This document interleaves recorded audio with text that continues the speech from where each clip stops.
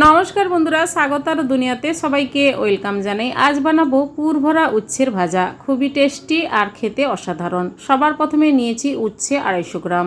উচ্ছেগুলো ভালোভাবে ধুয়ে পরিষ্কার করে ছুরি দিয়ে উচ্ছের দুদিকে মুখটা এভাবে কেটে মাঝখান বরাবর অল্প করে কেটে নেব।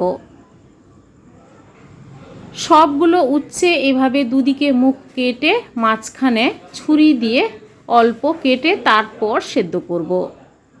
তাহলে ভেতরে উচ্ছের দানাগুলো বের করে নিতে সুবিধে হবে। এবার গ্যাস অন করে কড়াই মধ্যে জল দিয়ে অল্প লবণ আর হলুদ দিয়ে দেব। লবণ হলুদ দিয়ে উচ্ছে সেদ্ধ করে নিলে উচ্ছের তেতো ভাগটা কম হয়ে যায় আর খেতে বাচ্চা থেকে বড় সবাই পারবে। এবার সেদ্ধ করতে দেব ঢাকা দিয়ে মিনিট 10। সেদ্ধ হয়ে যাওয়ার পর কড়াই থেকে তুলে প্লেটে উচ্ছেগুলো ঠান্ডা করে নেব কিছুক্ষণ।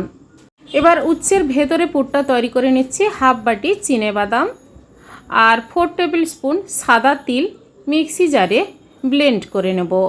আপনারা চাইলে পোস্ত অল্প দিয়েও গুঁড়ো করে নিতে পারেন। এরপর গ্যাস অন করে কড়াই মধ্যে দিয়ে দেব 2 টেবিল স্পুন সর্ষে তেল আর দেব সামান্য গোটা জিরে আর কালো জিরে সামান্য।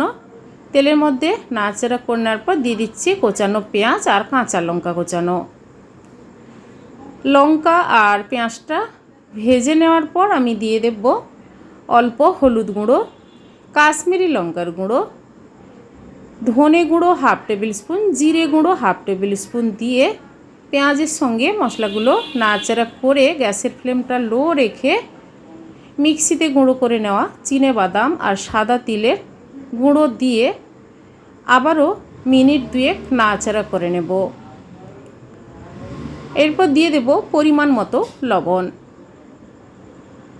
আর সামান্য গরম মশলা গুঁড়ো আর 1 টেবিল স্পুন চাট মশলা। উচ্ছের ভেতরে পুরটা কিন্তু আমি সুন্দরভাবে তৈরি করে নিলাম। এবার আলাদা প্লেটে ঢেলে ঠান্ডা করে নেব। এবার উচ্ছেগুলো ঠান্ডা হয়ে গেছে। উচ্ছের ভেতরের দানাগুলো এভাবে চামচের সাহায্যে বের করে নিচ্ছি। সবগুলো উচ্ছের ভেতরের দানাগুলো বের করে নেব। তারপর উচ্ছের ভেতরে পুরগুলো পুরিয়ে দেব।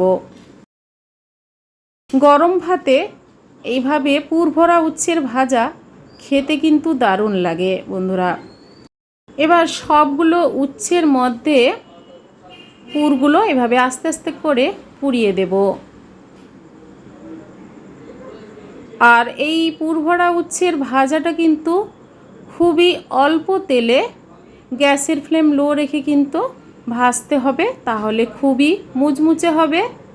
সবগুলো বানিয়ে রেডি করে নিলাম। এরপর গ্যাস অন করে কড়াই মধ্যে 2 টেবিল স্পুন রিফাইন তেল দিলাম।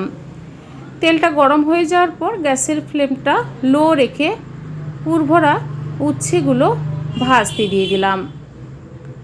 এক পিঠ হয়ে গেলে আরেক পিঠ উল্টে পাল্টে লাল করে ভেজে নেব।